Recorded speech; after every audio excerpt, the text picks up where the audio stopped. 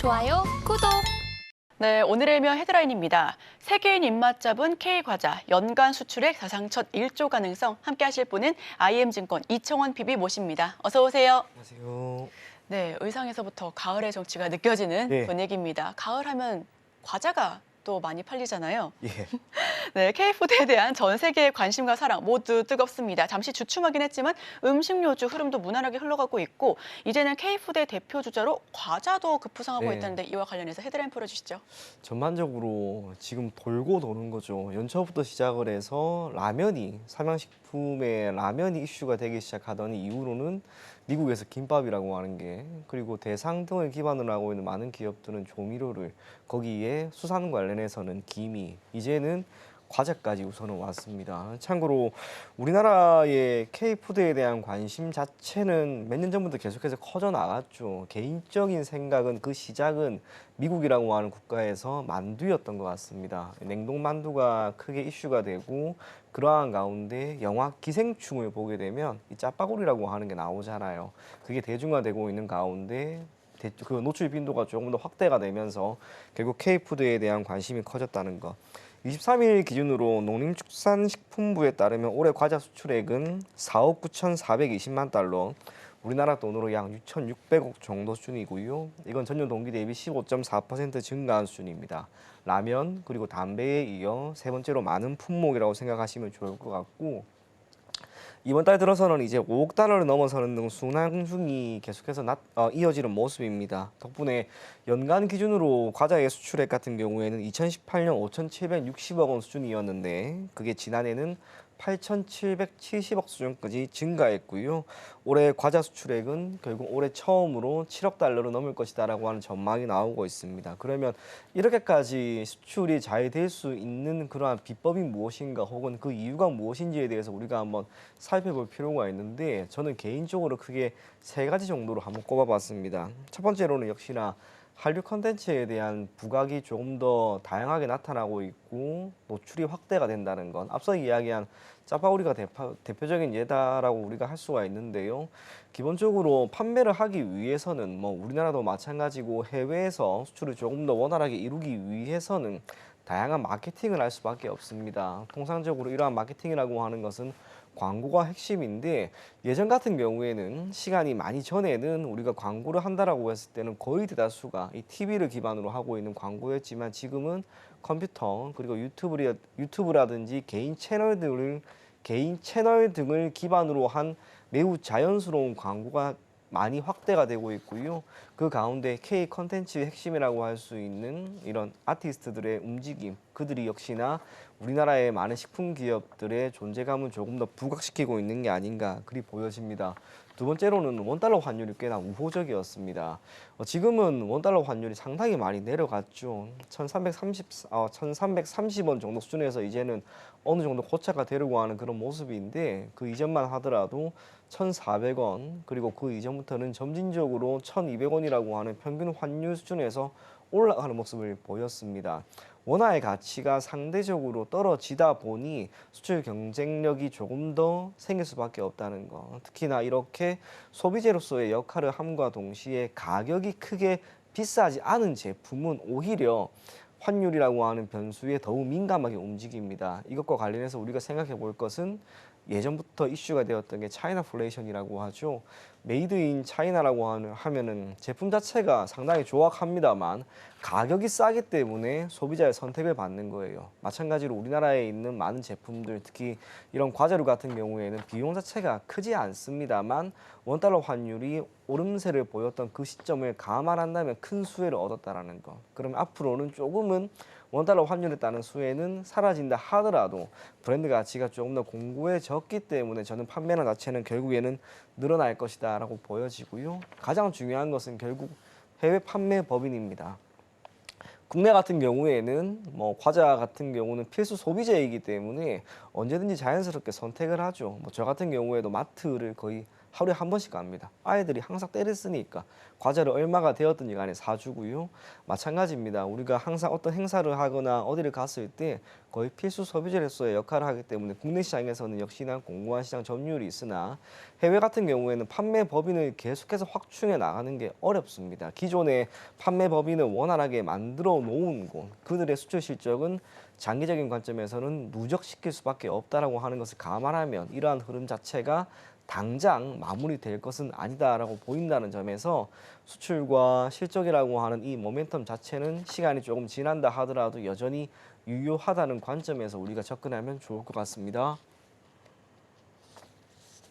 네, 세 가지 체크해 봤습니다. 우선 한류 콘텐츠 부각, 대표적으로 짜파구리가 있죠. 두 번째는 원달러 환율의 상승입니다. 올해 상반기 같은 경우에는 1,400원을 내다보기도 했었는데요. 마지막으로는 해외 판매 법인을 꼽아 주셨고요. 자, 그렇다면 말씀해 주셨던 것처럼 과자류 수출 증가세가 굉장히 매섭습니다. 올해 처음으로 5억 달러를 넘어서 순항하고 있고 업계에서는 1조 원까지 내다보고 있는 상황입니다. 이런 긍정적인 수출 흐름에 따라서 주가는 지금 어떤 양상을 보이고 있을까요? 주가가 최근 한 일주일 정도, 7거래일 정도 동안 우선은 반등이 강하게 나오는데요. 이게 기타 똑같은 음식료품에 속한 기업들이 예전에 광풍을 한번 보였을 때에 비해 이쪽은 지금 전혀 못 가다가 지금 고개를 듭니다. 저도 어제 주가 흐름 자체를 조금 자세히 들여다보면서 이쪽이 한번 강하게 치고 올라갈 수도 있겠다라는 생각이 내심 들었습니다. 재무적인 측면에서도 한번 세 가지 기업, 대표적으로 오리온, 롯데웰푸드, 그리고 크라운제가 이 세 가지 기업을 한번 쭉 살펴봤는데요.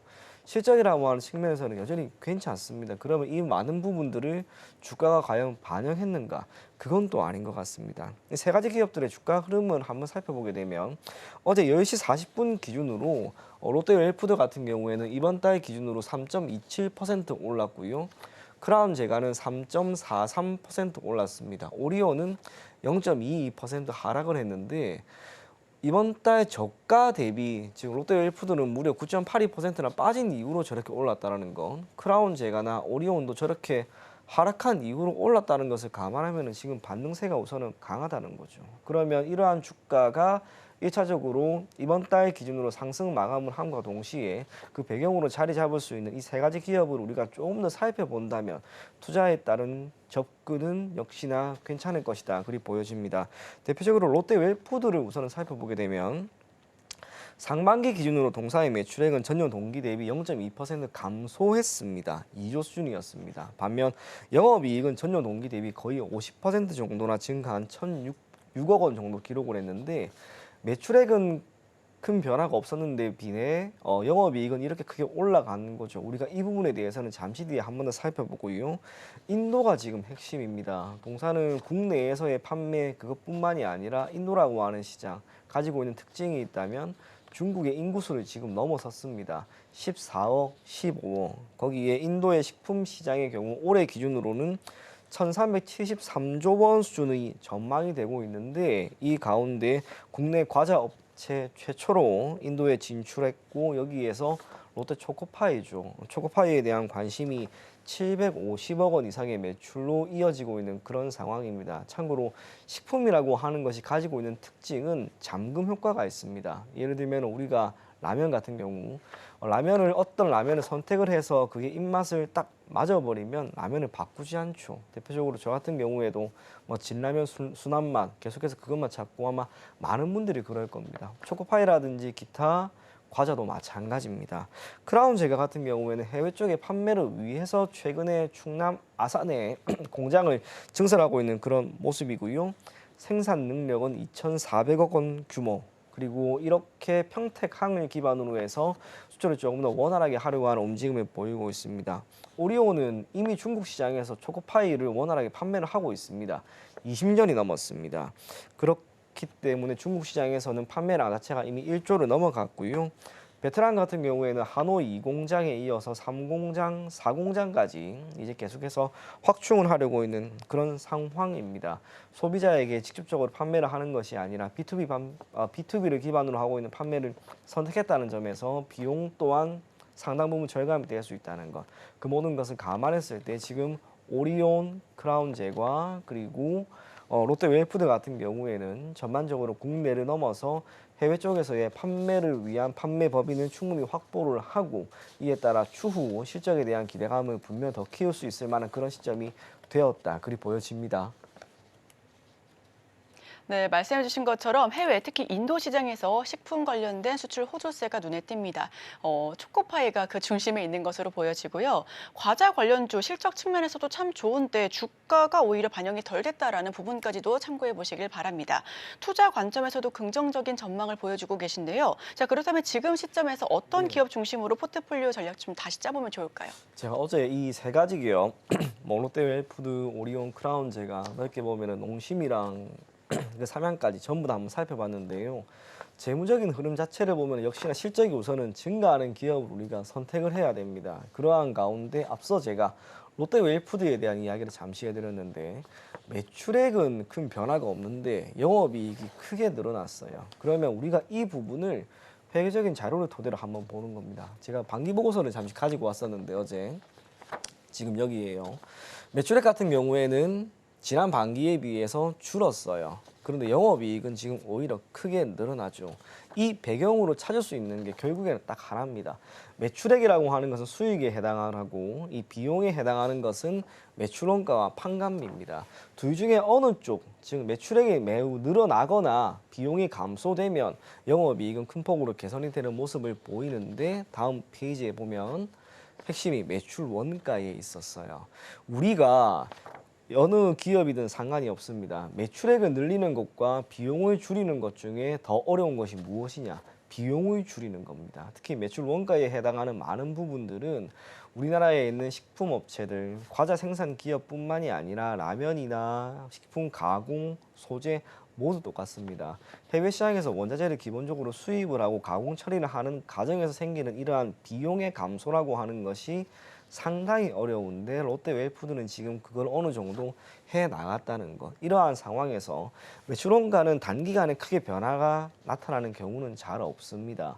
판관비 또한 마찬가지입니다. 그리고 해외 판매 법인을 현재 기준으로 약 26개 정도 만들어 두었기 때문에 낮아진 비용을 기반으로 이제 매출액이 조금만 늘어난다면 영업이익은 큰 폭으로 증가할 수 있을 만한 여건을 마련해 두었다라고 보여집니다. 기타 오리온이나 크라운 제가는 이러한 모습을 보이지 않았습니다. 유일하게 롯데 웰푸드만 우선 이런 모습을 보였다는 점에서 저는 우리가 과자 기업을 선정을 한다면 1차적으로는 역시나 롯데 웰푸드를 선정하는 게 가장 좋지 않을까 그리 보여지고요. 주가 흐름 자체도 결국에는 저점 구간에서 꽤나 올라오는 모습이기 때문에 큰 부담이 지금은 없습니다. 시기적으로 식품 관련된 기업들의 주가가 한 차례 조정이 조금 나오고 있는 상황에서 고개를 든다는 점은 1차적으로 동사 그리고 과자 관련된 기업들이 가장 먼저 주목을 받을 수 있다는 점, 그리고 그 가운데 롯데 웰푸드는 회계적으로 보았을 때도 가장 괜찮은 모습을 보이고 있다. 그래서 롯데 웰푸드를 우리가 조금 더 관심을 가지면 좋지 않을까 그리 보여집니다. 네, K푸드 관련주는 롯데 웰푸드 꼽아봤습니다. 우선 매출의 변화에 따른 영업이익률에 주목을 하고 있는데요.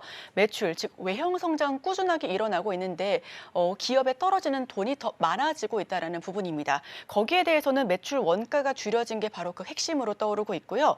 과자뿐만 아니라 김밥이나 라면, 그리고 해외 판매 역시 긍정적인 모습을 보여주고 있는데 네. 다만 업계에서는 주가 흐름이 다소 우려감이 있다라고 하는 시선도 있습니다. 지금 오히려 타이밍으로 잡아야 될지 관망하는 심리가 나와야 될지 어떻게 보실까요? 개인적으로 신규로 만약에 들어가려고 한다라고 했을 때는 우선은 조금은 더 관망을 했으면 좋겠습니다. 그도 그럴 것이 연초에 그리고 대략 한 4월, 5월경에 삼양식품이 갭으로 상한가를 만드는 모습은 진짜 우리가 두 번 다시 못 볼 겁니다. 그 정도로 라면 업계의 주가 흐름이 괜찮았고요. 이후로 우양을 기반으로 하고 있는 김밥 그리고 앞서 이야기한 수산 그 모든 섹터의 흐름 자체가 결코 나쁘지 않았습니다. 덕분에 주가도 너무나 크게 올랐죠. 하지만 적지 않은 기간 동안 역시나 조정이 나오고 있는데요. 이 조정이 언제 마무리될지는 아무도 모릅니다. 삼양식품 같은 경우에는 주가가 70만 원을 상회하다가 지금 55만 원 수준까지, 그리고 우양 같은 경우에도 주가가 12,000원을 상회했는데 이제 4,000원대까지 다시 회귀하는 그런 모습입니다. 어느 시점이 될지는 모르겠습니다만 1차적으로 주가의 조정은 꽤나 나올 수 있다는 건, 반면 어느 정도 나왔기 때문에 우리가 매수의 관점으로 접근을 해도 괜찮다라고는 그런 시선도 나오고는 있습니다만, 그러기 위해서는 시장 안에 있는 다양한 섹터의 순환매가 어느 정도 끝이 나야 됩니다. 시장을 한번 보게 되면 제약바이오가 조정이 있었는데 역시나 다시 한번 오르는 모습이 우선은 나왔고요. 어제도 반도체 그리고 화장품도 지금 다시 한번 고개를 듭니다. 이런 섹터의 흐름 자체가 한 번은 꺾이는 가운데 다시 한번 식품 쪽으로 저는 관심이 커지는 시점이 올 거라고 봅니다. 그게 멀지는 않은 것 같고요. 적어도 연말 전에는 다시 한번 주가에 받는 흐름이 나오고 연초 그리고 중순 당시에 보였던 고점을 다시 한번 돌파하는 모습도 결국에는 나올 것이다 라고 보여집니다. 어제도 하나증권에서 리포트가 한 게 나와가지고 단순하게 이런 과자뿐만이 아니라 음식료 전반적인 흐름에 대한 전망이었는데, 여전히 모멘텀은 지금 괜찮은 거죠. 라면 같은 경우에는 사상 최대 수출 실적, 그리고 우양의 김밥 같은 경우에는 미국에서 지금 계속해서 완판, 공급 자체가 지금 원활하게 이루어질 수가 없는 그런 상황입니다. 그러면 여기에서 선택할 수 있는 기업의 선택권은 매우 단순해요. 북미 지역 자체의 공장을 증설하는 건데 금리 인하가 지금 또 된 거죠. 금리 인하가 되었으니까 자금 조달을 함에 있어서 역시나 더 매력이 생깁니다. 본격적으로 미국은 마찬가지고요. 중남미까지 판매를 그리고 생산을 원활하게 할 수 있을 만한 여러 가지 여건이 나올 거라고 봅니다. 대표적으로 공장 증설을 특정 기업이 만약에 공시를 낸다라고 하면 그게 출발이 되는데, 그 중심에는 우양이라고 하는 기업과 풀무원이 역시나 있지 않을까 그리 보여집니다. 전반적으로 주가의 흐름 자체는 꽤나 아쉬운 모습이 나오고 있습니다만, 앞서 이야기한 것처럼 순환매 장세는 결국에는 이어질 겁니다. 그게 언제 마무리되는지를 우리가 모를 뿐, 하지만 우리가 중기나 장기적인 관점에서 만약에 접근을 한다면, 주가의 단기적인 파동을 크게 개의치 않는다면 저는 여러분들이 분할 매수 관점으로 역시나 접근하는 괜찮지 않을까 그리 보여지고요. 과자에 대한 이야기를 조금 전에 했습니다만 제 개인적으로 탑은 라면입니다. 그리고 그럴 것이 관심이 가장 큰 거죠. 그리고 라면이라고 하는 제품이 가지고 있는 특징을 한번 보게 되면 가격이 싸요. 가격이 싸기 때문에 소비자의 입장에서는 큰 부담이 없습니다. 어제도 나왔던 게 베트남 같은 경우에는, 베트남의 신라면 같은 경우에는 우리나라보다는 가격이 무려 6배나 비싼데도 불구하고 판매가 계속해서 이어지는 거죠. 맛도 맛이지만 가격 경쟁력까지 있는 이 많은 제품들에 대한 수요는 결국에는 폭발할 것이고, 지금 많은 기업들, 특히 라면 관련된 기업들은 이제 북미가 아니라 동남아도 아니고 중남미 쪽을 계속해서 보고 있습니다. 공장 증설에 대한 이야기는 꾸준히 나오고 있고, 판매까지 원활하게 이루어진다면 실적이라고 하는 측면, 주가는 역시나 괜찮아질 수밖에 없다는 것, 그걸 고려해서 우리가 식품 업종, 식품 소재, 가공 모두 다 조금은 시간을 두고 중기나 장기적으로 접근해 보자, 그런 이야기까지 전해드리도록 하겠습니다. 좋아요, 구독!